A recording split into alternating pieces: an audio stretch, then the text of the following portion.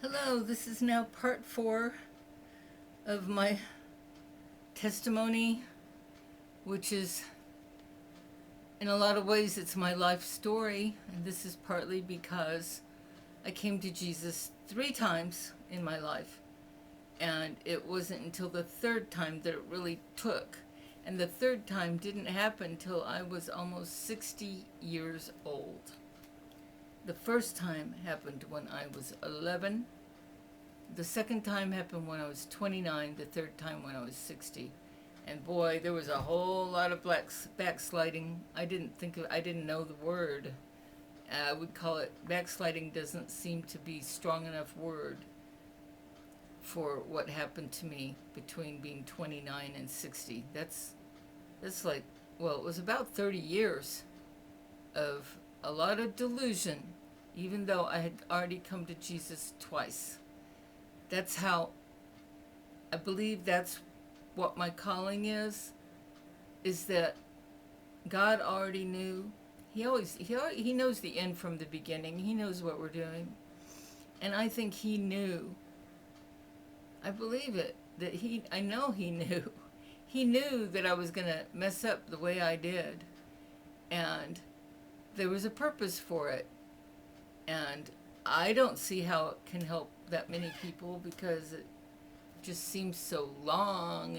But maybe it will, it just, the other day I just felt like, maybe the Holy Spirit was trying to tell me that, look, there's a lot of people that have turned away from Jesus for many years and they think that he won't let them back because they're too bad now. And, if I can help some people like that, I would really love to do that because he's right there for you. He's right there. He was right there for me, even after I spent most of my life denying him and sometimes even, putting him down, and other times just totally ignoring him. Well, I'm not going to get out. I'll continue with my story. Now, my battery died last time. It keeps happening. I'm sorry. I wrote a few notes from the end of the last video so that I could try to tie up a few loose ends I left. And one of them was that I talked about the guy that let me stay in his apartment for free before I moved down to Texas when I had turned 17. And his name was Charlie. He's the only Charlie in my story, if I think about it, other than I went by that name for a little while, but that's another story. But his name was Charlie, and the reason I was talking about how I heard about this guru that was like 13 or 14 years old, and then who I heard about it from first was from Charlie. And he had come to a little party I was having. I could only have little parties because I lived in a little apartment. But it was a little party I was having at my unfurnished apartment in Denver, Colorado. And I was 18. And by the way, when I lived in that apartment, I did experience sleep paralysis.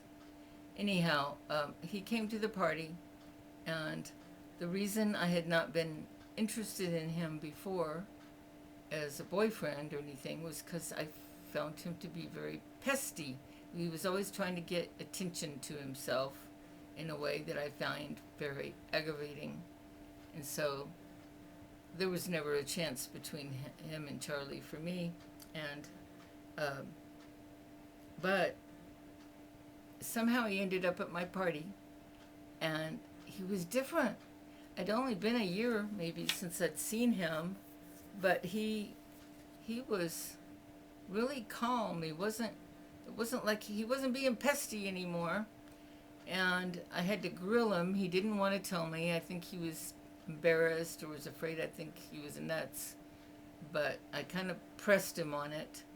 Why are you different? And he ended up saying, well, I went to India and there was a guru, and he had a guy that would take you into a room, and when he touched you, you experienced God. And I was nice to him. I didn't want him to be sorry that he finally told me something he didn't want to tell me. But in my mind, I thought, that's ridiculous. And so it was just a mystery, so what was that? And I forgot all about it for a little while. Then another part that I had left dangling was that I talked about how taking LSD, and this is actually before this experience with Charlie. This was back when I was 15 and visiting College Station. And I met an old friend that I never knew that well, that I'd actually had a crush on.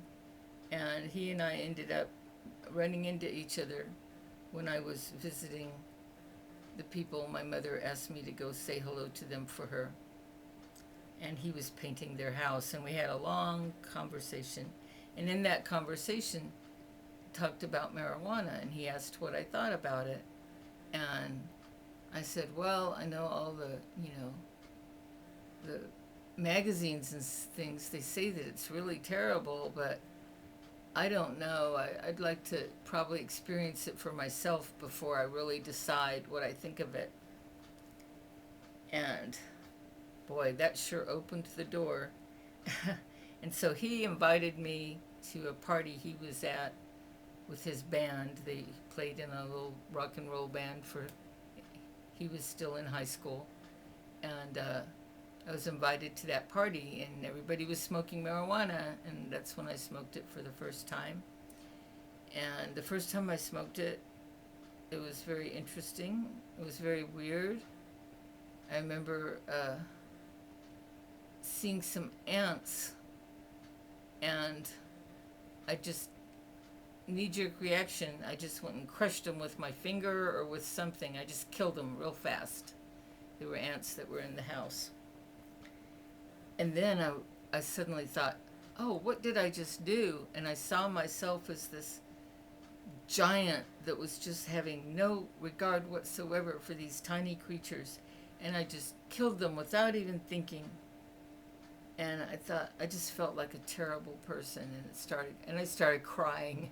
It was very weird. So that was my first marijuana experience, was things like that. And then I went back to where the party was and got enchanted by this guy who was the lead singer of the band, who I later realized actually had a lot of demonic stuff going on in his life, but at the time I didn't know that. And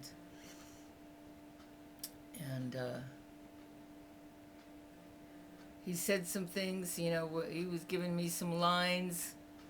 And, I was 15. I had zero experience with boys, and I fell for it totally and thought I was in love. And, but I was way too shy to do anything about it. And then I ended up staying at that house where I first smoked marijuana. There was a lady that, well, at the time she was a girl too. She was just 1 year older than me, I think. And she had been my neighbor when we had lived in College Station, and my dad was an associate professor, and I had met her at school as well. But since we were in a different age group, it was very weird how the school was, how it was for me. If they weren't in the same exact age group, you didn't know them. And so I didn't really know her except for the fact she was a neighbor, and now I knew her as being introduced as a friend, and she invited me to stay at her house. And I thought, well, now that I'm doing drugs, and I knew all the other people I was going to stay with did not do drugs, and it was at that time highly illegal in Texas, I thought it would be better just to stay with her than the people I had planned to stay with. And so one night, and I was actually telling her that I was really disappointed about marijuana, because from what I had read about it, it was going to be this crazy thing, and it was just scary and wild. And actually, to me, what was being described for marijuana should have been what they'd be describing for LSD. And once I had the experience, I would have to say it might fit better anyway, because they made it sound so awful. And so I thought, well, the magazines lied about marijuana, so they probably lied about LSD too. I really want to try it, I said to her. Well, turns out she had some. But she was about to go to bed, and she was a very nurturing, sweet person, and she did not want me to end up tripping on LSD all by myself and freaking out. And so she was very careful to give me a really tiny, she had like this pink tablet, and she gave me a really tiny piece of it. And she said, she wasn't going to give me any more since she was going to be asleep. And I didn't think it would do anything. She gave me such a tiny amount. But it did do something. It was the mildest LSD trip I ever had, because I did end up having half a dozen in my life. And the first experience for me was pretty positive. It felt good. And I could understand why people would say they saw God, or, that they experienced God when they were on LSD. And I could understand why they said that, because I had this feeling of just being in the now. The past and the future didn't matter, because I was so right now, and it just felt good. Just being alive felt good, and it felt profound. I listened to music all night, music that I didn't realize but was also very demonic music. It was Led Zeppelin. And anyhow, in that experience, I was there by myself thinking about what's going on, and wow, this is amazing. I love the way this feels. And then I remember thinking, geez, this is like being in heaven, because I couldn't imagine feeling better than this, what I was feeling. And right away I knew, and I believe it was the Holy Spirit speaking to me really clearly, because I knew really clearly, this is not the way to get into heaven. This is like stealing. It's like trying to steal heaven. It's getting in illegally, and that can never be good. It's like trying to rob heaven by just taking a pill. I don't think so. Anyway, over time, later in my later years, I did take LSD a number of times more, even though I had decided to never take it again. Because, one of the things that is happening to most of the people in this world is we are controlled not by our own minds.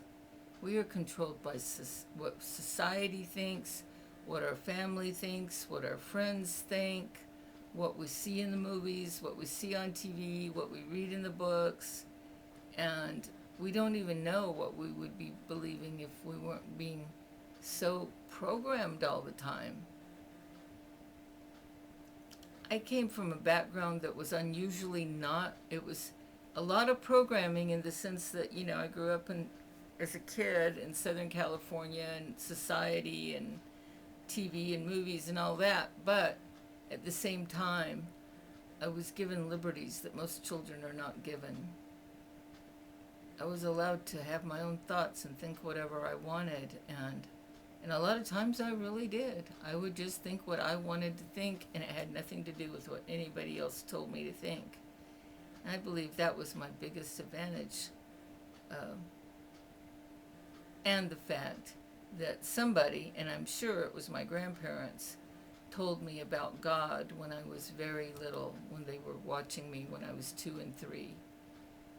Because I always didn't know exactly who he was or a lot of things about him, but I always believed in God. I always believed that he was omnipresent and omniscient and all-powerful. I just knew it.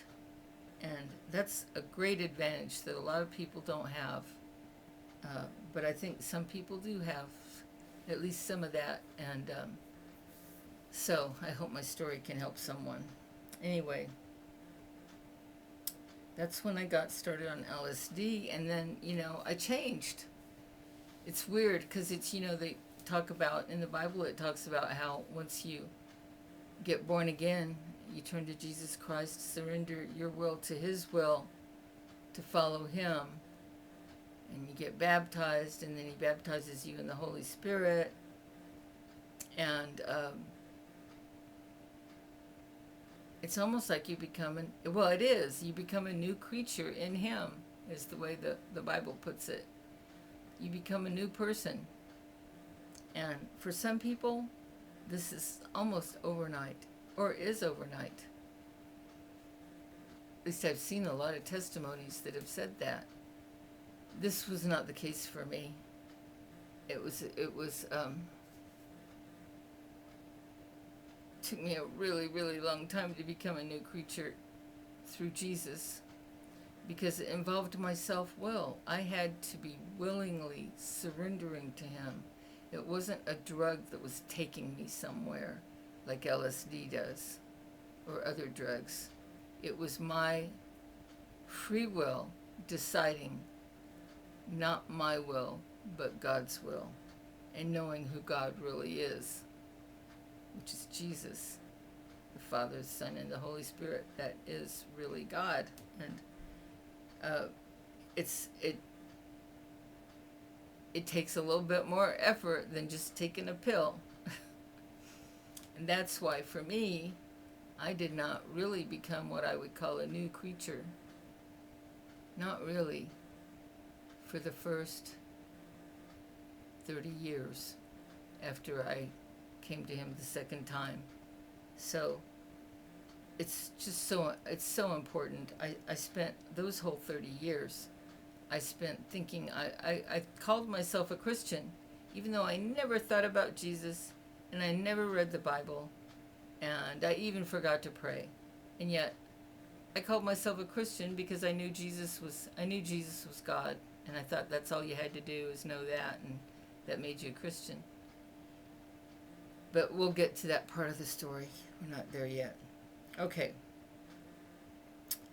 Things like Jesus are not on my mind. My family's still, they're not into any religion and all of that.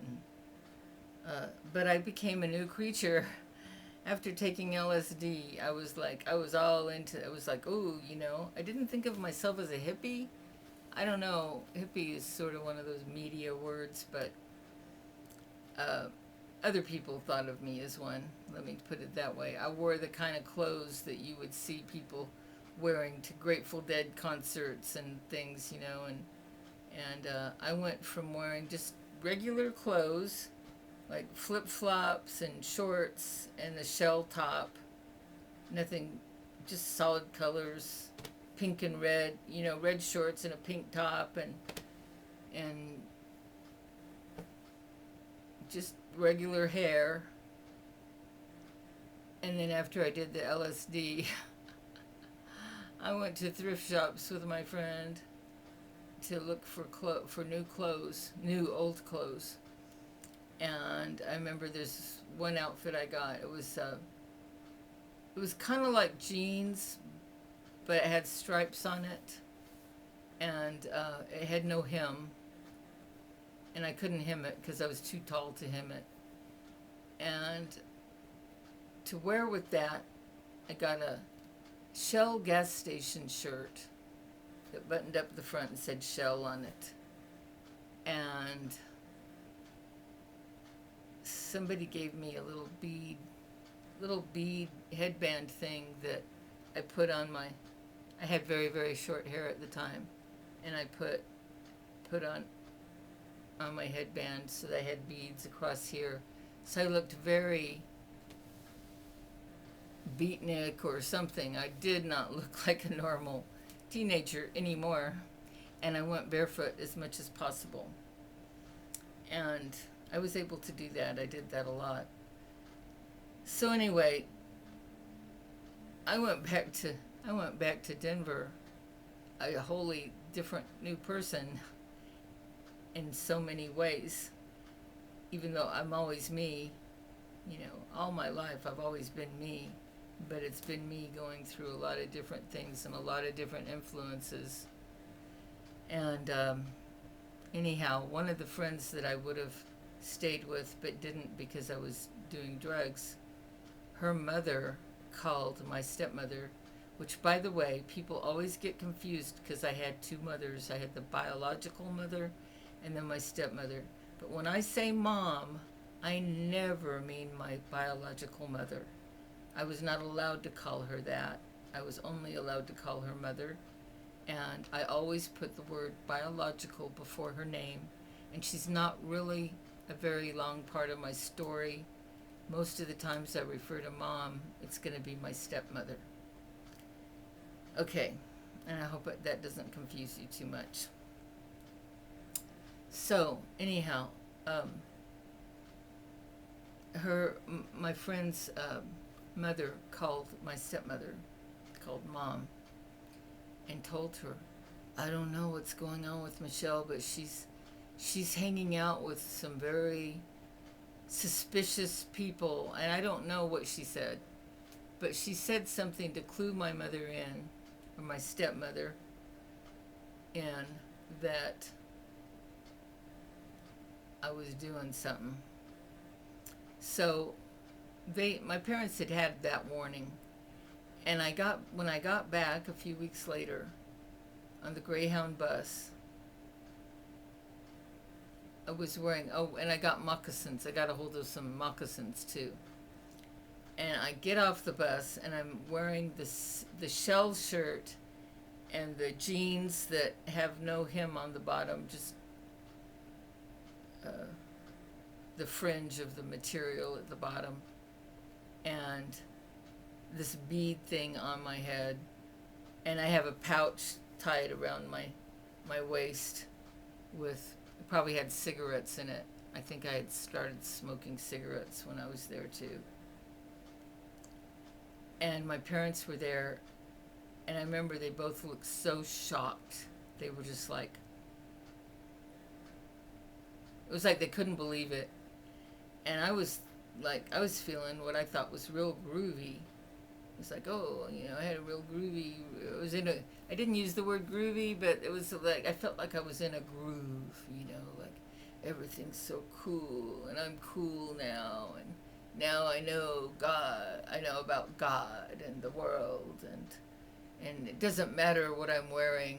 Of course, it mattered what I was wearing. I went out to the trouble to go find something so that I would identify with the other people that were doing drugs.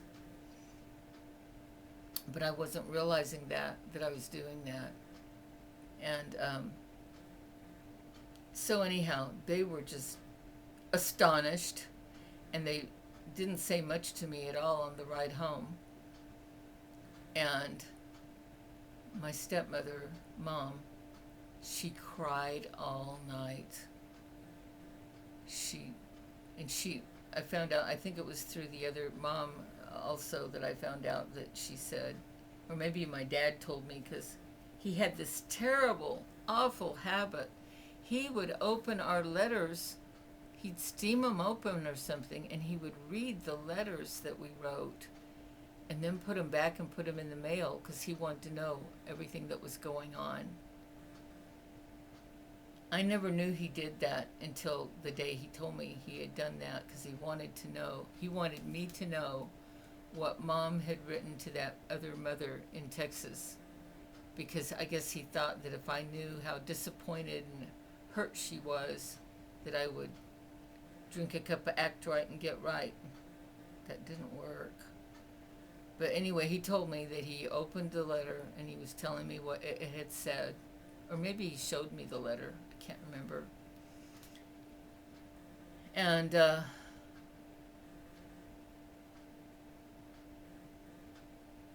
later found out that there was a letter I had written to my biological mother's new husband when I was 12 years old. I used to cry every night when I was 12, missing my real mother, my biological mother. I'd cry myself to sleep. it was not, she was not a very motherly, she was never motherly toward me, but yeah, there's something about a mother.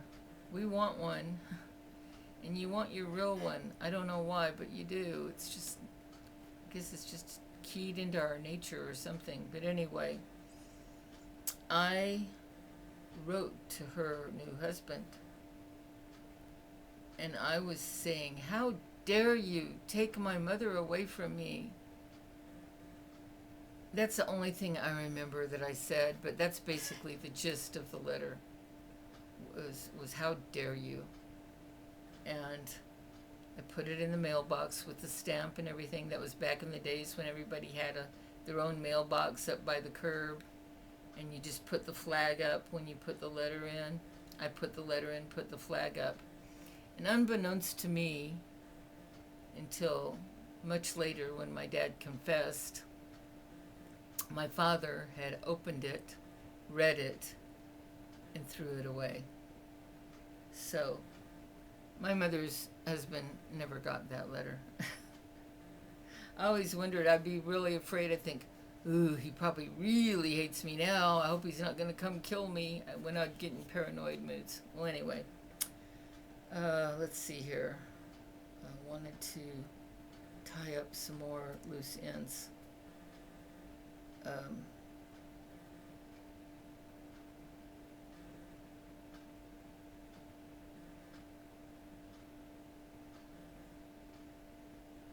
Well, I guess we'll stay back a little bit more further in the past before we get out of that, and to bring it more a little closer to when I was older is when I lived in College Station in I think it was about 1966, as with my family. I wanted to talk just a little bit more about what life was like there. I was very fortunate. I found one friend who's still a friend of mine today. I've known her since I was 12 years old. And it turned out she only lived a couple blocks away from me in College Station. And she was very outgoing and friendly. At the time I first met her, she didn't live 2 blocks away. At first she lived more like a half a mile away. But she would come all the way to my house because it was like she was just being a really good Christian, I guess, because she knew I didn't have any friends and that I was new. I don't know. I could never understand why she put herself out to help me like she did. That's the only thing I think just had to be God. God made her do it. And I really liked her, and she was so nice to me, and she came over and she'd invite me to her house and just invite me to be her friend, and her name's Dixie, and she was such a lifesaver for me because I was fresh out of Burbank, California, where the girls had all been bullies. Actually, the way the school had finally dealt with it, because I got to a point where I'd cry and I wouldn't stop crying, because as long as I was crying, I could stay in the office, and I didn't want to go back to that class. And so they got together, the adults, and they figured out what to do. There was another girl who was not in my class, but she was in that age group. I guess there was maybe more than one. I guess it was 6th grade class. And she was in a different class, but she was the most popular girl in 6th grade. And she was a very nice person, and they had a talk with her, and they told her how I was being treated, and that they figured that if she would be nice to me and let me be seen with her out on the playground, that probably people would stop bullying me. And she agreed. Her name was Phyllis Molay. She was so sweet. And I never got to know her very well because we ended up moving before too long, and besides, she was just doing a good deed. I don't think we didn't really get to know each other hardly at all. But she would, walk with me in the playground and stuff, and people saw her with me, and it worked. They stopped pulling off my headband and untying my shoelaces because that's how social pressure works, It's a weird thing. But my very last weeks in that school were not as bad because of, thank you, Phyllis. If you're around, anyway, that was so sweet of her, and I wish the best for her. But even though I got past that, thanks to Phyllis, when I came to College Station, and we had already moved. I'd already moved through 6 or more schools in my life. I just didn't want to take you through. Believe me, I'm abbreviating. There's a lot more I could tell you about all the different schools I went to. We kept moving every 6 months, and I don't know why. I just figured it had something to do with my dad's alcoholism. We'd be really poor, live in the white trash apartments, and then we'd live in a nice house and have a housekeeper. And then he couldn't afford her anymore, and then we'd be in a really poor place again. We'd just back and forth, and that's how my life was with my bachelor dad in Southern California. So anyhow, when we came to College Station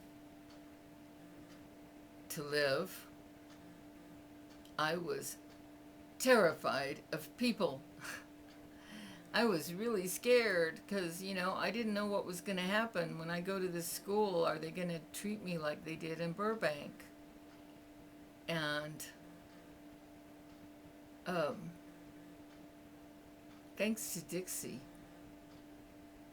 she said that the first time she ever saw me at school, she thought I was really conceited and that she had gone home and told her mother, there's this new girl at school, and I said hello to her, and she just stuck up her nose and looked away. She's really conceited.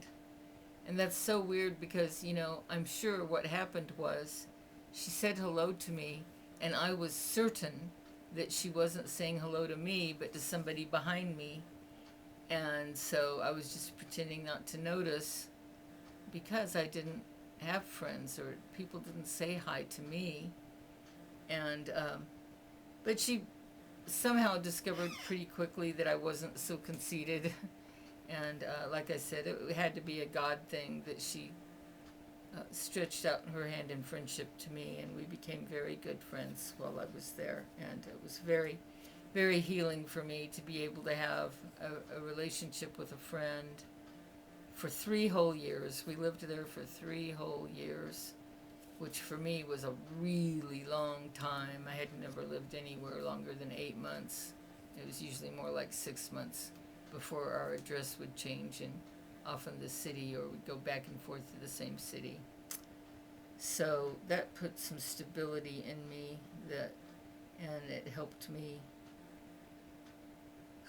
grow as a person, to have a real friend. And but this is like when I was getting real into the occult.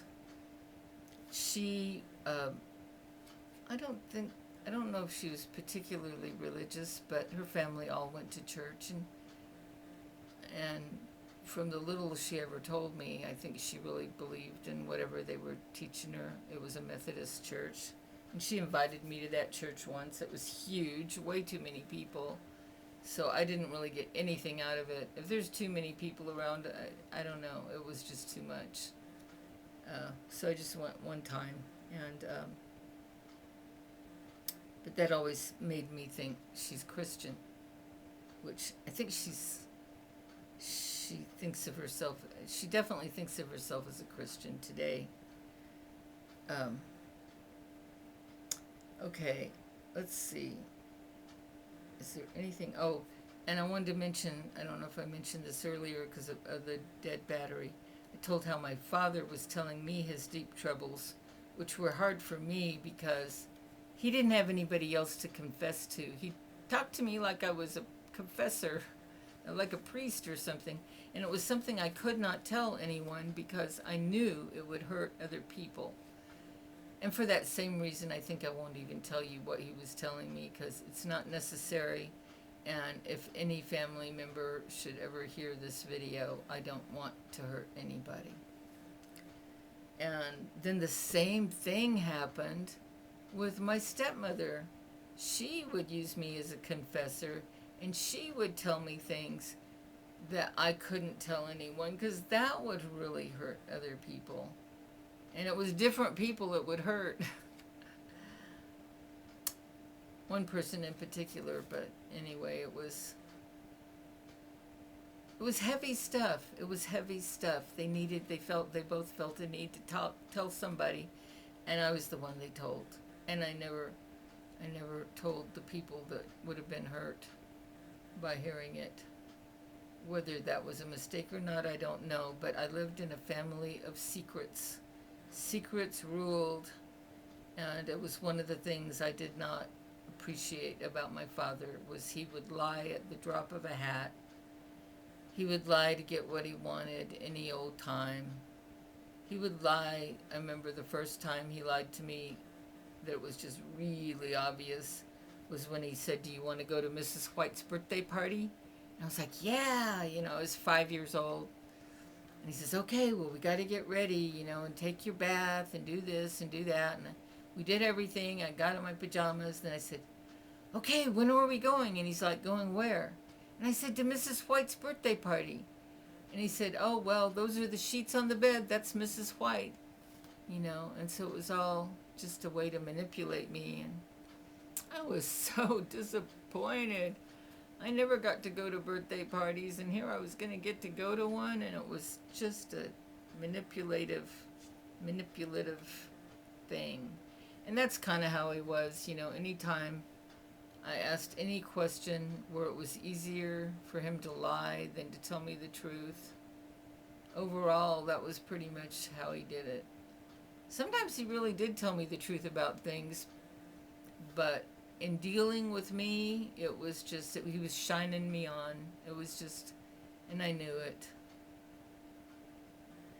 And it was one of the reasons I really felt like he didn't love me. And it's also a big reason why when I had a child, I had a very strong conviction that I would never lie to him. I did not lie. I wanted my son to know if I said it to him, it was either the absolute truth or it was at least the truth as I knew it. I never would lie to him. Sometimes I probably took it too far. I think I took it too far a little bit, but anyway. What else? Is there anything else? Oh, and while I was living in College Station, reading the Occult Book Club, I don't know if this got recorded in the earlier testimony. I got interested in things like UFOs, and I even tried to psychically invite a UFO to come visit and abduct me because I wanted to see what it was like on the spaceship. But as soon as I did that, I thought about it for a minute, and I thought, wait a minute, that sounds scary. And then I added to my request to them, but don't do it if it'll scare me. Okay, so that was as far as I went into the interest in the UFOs when I was living there from age 12 to almost 15. And and I had a seance. I was getting all these things from the Occult Book Club, and we had this little storage kind of workshop place right next to the house. It wasn't really attached to the house, and it was just big enough. It had a table in it, and you could go in and you could have a seance in there. And so I invited some friends over. I don't remember who. I only remember my best friend who couldn't come because she wouldn't disobey her parents. And she would have had to disobey her parents to sneak out and come over. Later I found out there was a real reason for that. It wasn't just that she was so super obedient, but there was things that she really had to fear about leaving her house at night. But that's a whole nother story. We won't go into that. But so anyway, we had this whole seance set up. I had a few people there, friends, people my age. And my little brother, 6 years younger than me, that always aggravated me, he wanted to come to the seance, and I wouldn't let him. So we go into the seance room and we have it all kind of set up. We're about to do our seance. We have the door closed and everything. And suddenly we hear these loud sounds like rocks being thrown on the roof. And we all got scared and didn't do the seance. And I found out years later, my brother confessed to me. He said, I was so mad at you for not letting me be at the seance that I went and I got rocks and threw them at the roof. And that was another God thing. I'm so glad that my little brother prevented me from having a seance. And I never really got interested in having one again, so it didn't happen. And there was another experience I had during that time. Somebody I met through my friend Dixie, she had a Ouija board. And she and me and I don't remember who else, a few other friends, and played with the Ouija board at her house. And nothing happened. And that's the only time I ever played with the Ouija board, because then I learned stories about the Ouija board, and that scared me too. I have never had an interest in demons or devils. I just don't. I don't like them. And if that's something that's going to open you up to them, I'm not interested. I don't care if they know my future or if they can tell me my past. I already know my past. I don't need to be told. And again, I think that was the Holy Spirit. Once in a while, He gave me some good sense. And I think it was to keep me from going totally over the edge, because I could so easily do so. So I have my notes.